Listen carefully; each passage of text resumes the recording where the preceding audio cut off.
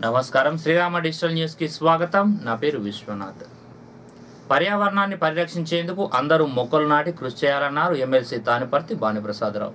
ఎలిగేడు మండలం ధూళికట్టలో 3వ విడత హరితహారంలో భాగంగా మొక్కలు నాటారు ఎమ్మెల్సీ. ఈ సందర్భంగా ఎమ్మెల్సీ మాట్లాడుతూ యువకులు హరితహారం కార్యక్రమంలో పెద్ద ఎత్తున పాల్గొని విజయవంతం చేయాలన్నారు. రాబోయే తరానికి మంచి భవిష్యత్ ఉండే విధంగా విద్యార్థులు కూడా హరితహారంలో పాల్గొనాలన్నారు. ఈ కార్యక్రమంలో సర్పంచ్ పరశురాములు గౌడ్, ఎంపీపీ కవంపల్లి లక్ష్మీ దుర్గయ్య, జడ్పీటీసీ పాడాల తారా పరశురాములు, ఎంపీటీసీ కొమరయ్య, సర్పంచ్లు ప్రసాదరావు, మండిగ రాయనరసయ్య, పూరెల వెంకటయ్య, ఉప సర్పంచ్ చంద్రయ్య, తహసీల్దార్ నాగరాజమ్మ, ఎంపీడీఓ బండి సుధాకర్, ఎస్ఐ దేవేందర్, నాయకులు, కార్యకర్తలు, అంగన్వాడీ కార్యకర్తలు, టీచర్లు, విద్యార్థులు ఉన్నారు.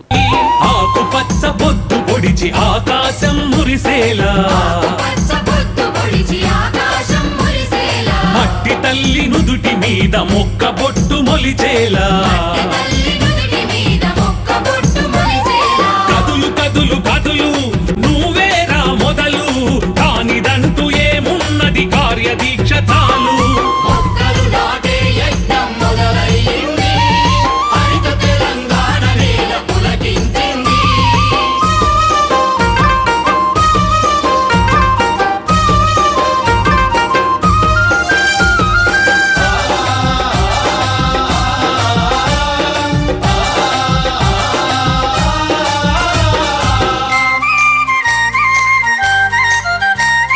సర్కారు సంకల్పం హరితహారమైంది, కోట్ల కొద్ది మొక్కలను నాటేందుకు కదిలింది.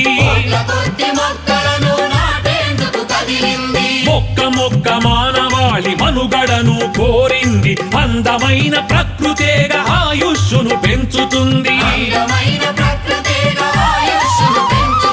ప్రాణవాయువును పెంచే దేవతరా చెట్టు, చెట్టును బతికించేందుకు నువ్వు నడుం కట్టు. మొక్కలు నాటే యజ్ఞం మొదలైంది. ప్రజలంతా భాగస్వాములై సాధించుకున్నటువంటి ఈ తెలంగాణ రాష్ట్రంలో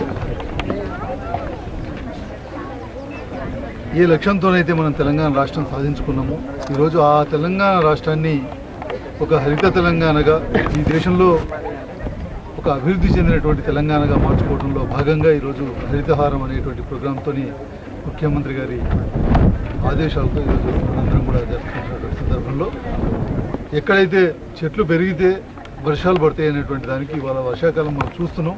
అటు ఖమ్మం జిల్లాలో కానీ ఇటు ఆదిలాబాద్ జిల్లాలో కానీ ఎక్కువగా వర్షాలు పడుతున్నాయి. అంటే అక్కడ ఎక్కువ అడవులు ఉన్నాయి, ఎక్కువ చెట్లు ఉన్నాయి కాబట్టి ఈరోజు అక్కడ వర్షం ఎక్కువగా ఉంది.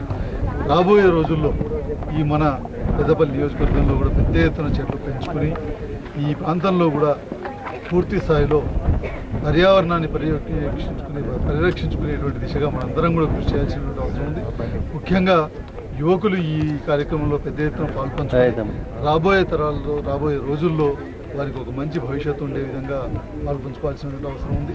విద్యార్థులు కూడా ఈ హరితహారం కార్యక్రమంలో విద్యార్థులు కూడా పెద్ద ఎత్తున అన్ని ప్రాంతాల్లో కూడా పాల్గొంటున్నారు. డెఫినెట్గా ఈ నియోజకవర్గం గతంలో ఒకసారి హరితహారంలో రాష్ట్రంలోనే మొట్టమొదటిసారిగా వచ్చింది.